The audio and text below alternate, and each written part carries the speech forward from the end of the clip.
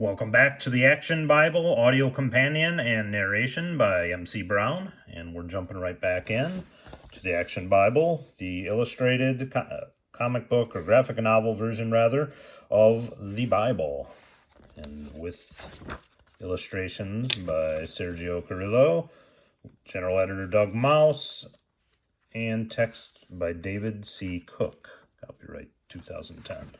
So there is a timestamp for those jumping along and just wanted to go complete through and jump right in. My normal intros to these videos, just letting you know about what we're doing here.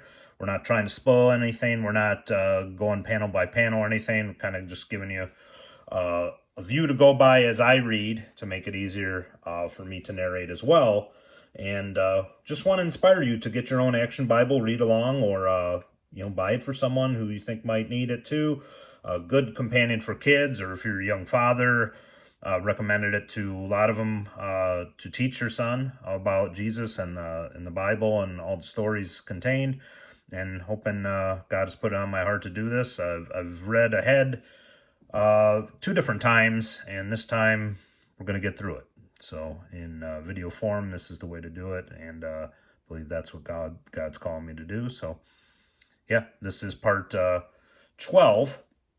So we're into Exodus now, and we're just rolling along. So if you've timestamped it, you will be just about here in a second. We're on page 121, and when we jump it in, we're going to a burning bush based on Exodus 2:21 through 4:17. Moses stays weeks and then months. He marries Zipporah, and they have 2 sons. Gershom handles the sling very well. He'll make a good shepherd like his father. Moses works as a shepherd for his father-in-law for 40 years. Year after year, the flocks of Jethro increase. But one year, the grasses dry up, and Moses leads his sheep to pastures near the mountain of Sinai. But even after all these years, Moses cannot forget the Hebrew people in Egypt. I wonder if Pharaoh is still alive. What has become of my sister, Miriam, and my brother, Aaron? Moses wonders, too, about the Hebrew slaves, still struggling under the whips of Egyptian rulers. One day he looks up to see a strange sight on Mount Sinai. A bush on fire. Yet it's not burning up. He steps closer and then stops. A voice from the fiery bush calls out, "Moses!" "I'm here." Once again, Moses starts towards the bush, but the same voice warns him, "Don't come any nearer.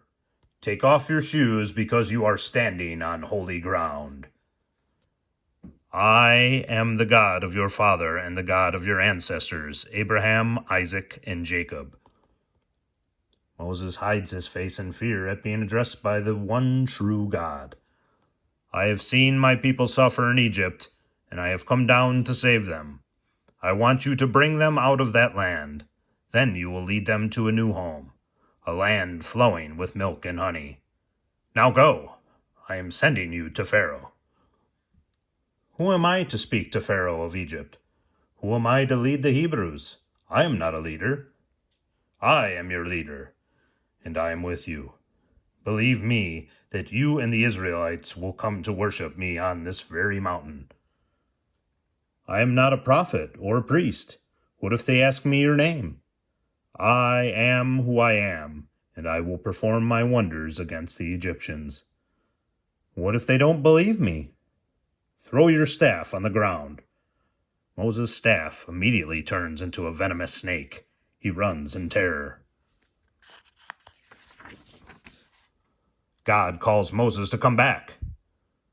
Then he tells Moses to pick up the snake. Trembling at the power of God, Moses obeys.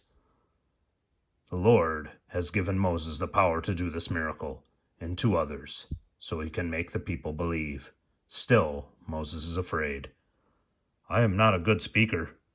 I can't do this job. But God is tired of Moses' excuses. I made your mouth, didn't I? I make you speak with it, too, but very well. I'm sending your brother Aaron to meet you. I will help you both speak. Now go. Spokesman for God, based on Exodus 4:27 through 7:11. Meantime, in the slave huts of Egypt, the Hebrews are crying out to God to help them. While Aaron, the brother of Moses, is praying, God speaks to him. Go into the wilderness to meet Moses. Aaron is surprised at the strange command, but unlike Moses, he obeys without complaint. He heads out alone into the wilderness.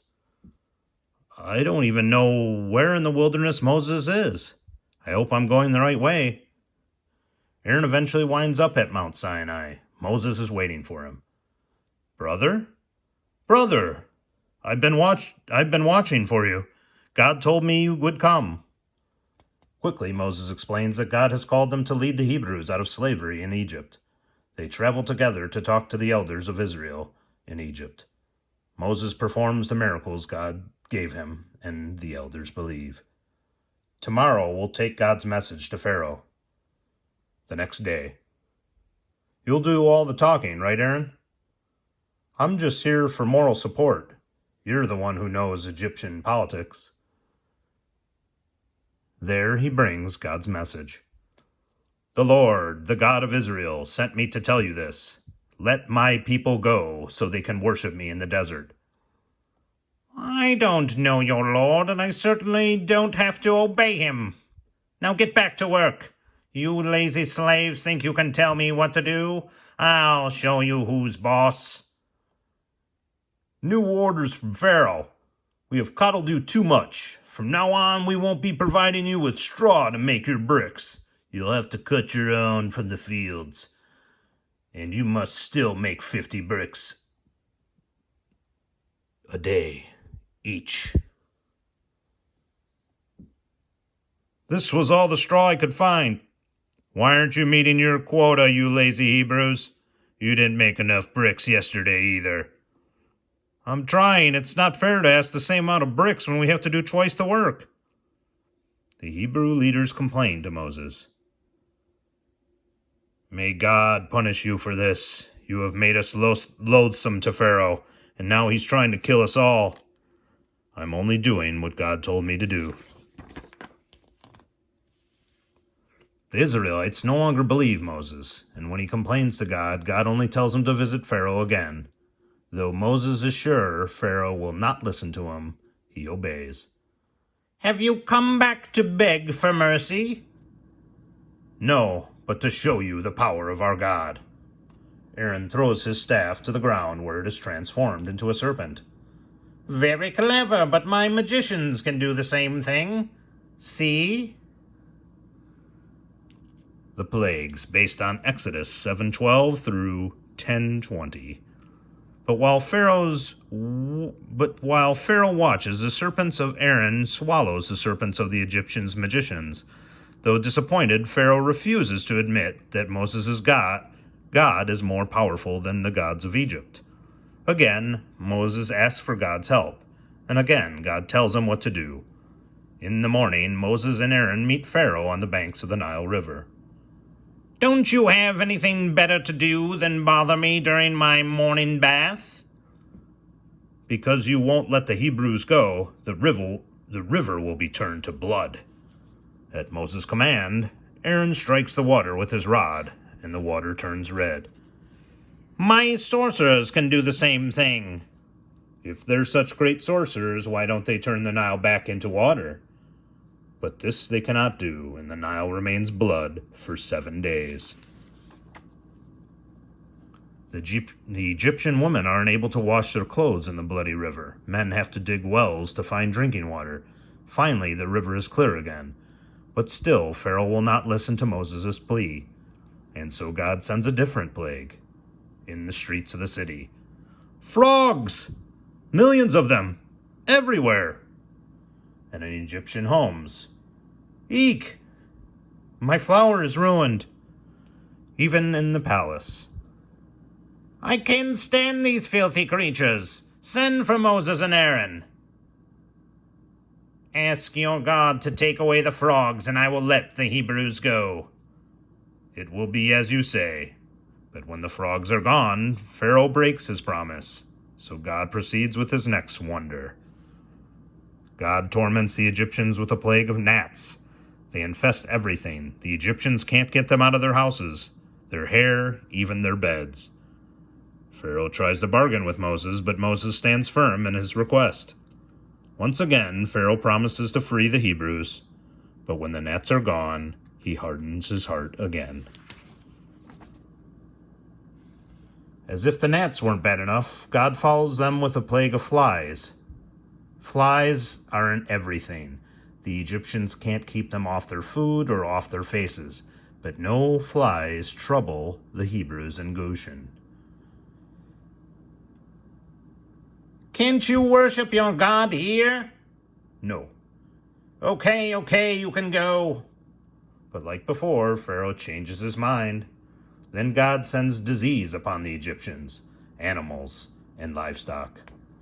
Many of them die, but Pharaoh's heart is unyielding. God gives Moses his next instructions. He and Aaron interrupt Pharaoh's court and throws soot in the air.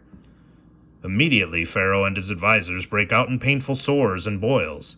The rest of Egypt is struck with the same disease as well, but Pharaoh stubbornly refuses to recognize God's power and authority. Father, why were the slave drivers so cruel today? They are always cruel, son, but right now they are angry to be suffering from terrible boils while we remain healthy and strong.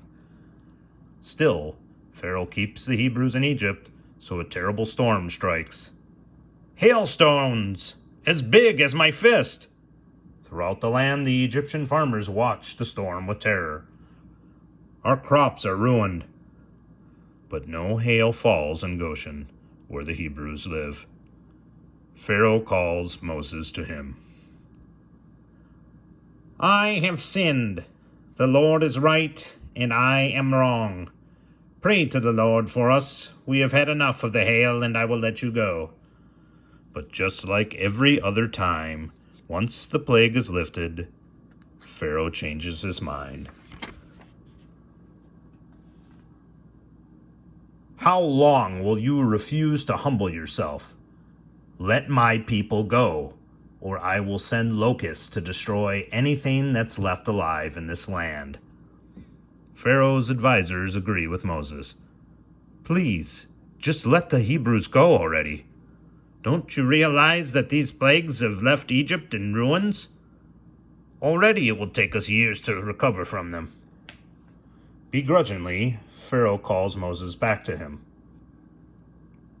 Fine, go worship your Lord. Who were you planning on taking? We will take our young and old, our sons and daughters, our flocks and herds. No, just the men. Locusts it is.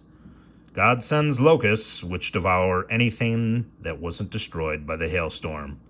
Then, when Pharaoh's heart remains hardened against the Israelites, God makes the day as dark as night.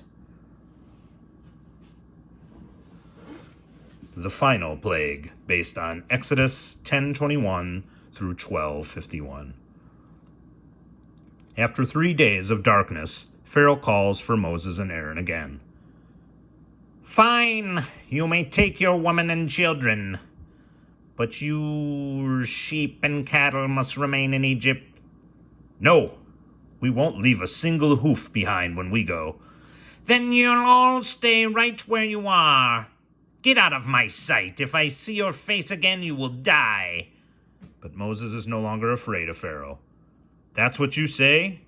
Here's what the Lord says. Tonight, in every firstborn son in Egypt will die, including yours, O Pharaoh. You will know grief worse than any Egypt has ever experienced, and then you will come to me on your hands and knees, and you will beg for my people to leave. Quickly, Moses calls for a meeting of the Hebrew leaders. God told me that the angel of death will strike Egypt and take the firstborn of every family. Firstborn of every family? Moses instructs the Hebrews on how to protect their families. Why are you putting lamb's blood on our doorpost? God told Moses it would be a sign to let the angel of death know to pass over our house. Surely this will bring our release from slavery. 9 times Pharaoh has broken his promise to let us go. What will he do this time? That evening, every Hebrew family packs all of their possessions, hoping that they will finally be able to leave Egypt. They eat a meal called the Passover because the angel of death will pass over their homes. Just before midnight. What is it? I have no idea. What is it, Mommy? It is God's destroyer. Come away from the window. No! Help! Then, at the stroke of midnight, the Lord strikes down all the firstborn of Egypt, but every Hebrew house with lamb's blood on its door is passed over. God will give us the signal to leave any moment now. We must be prepared to leave at a moment's notice.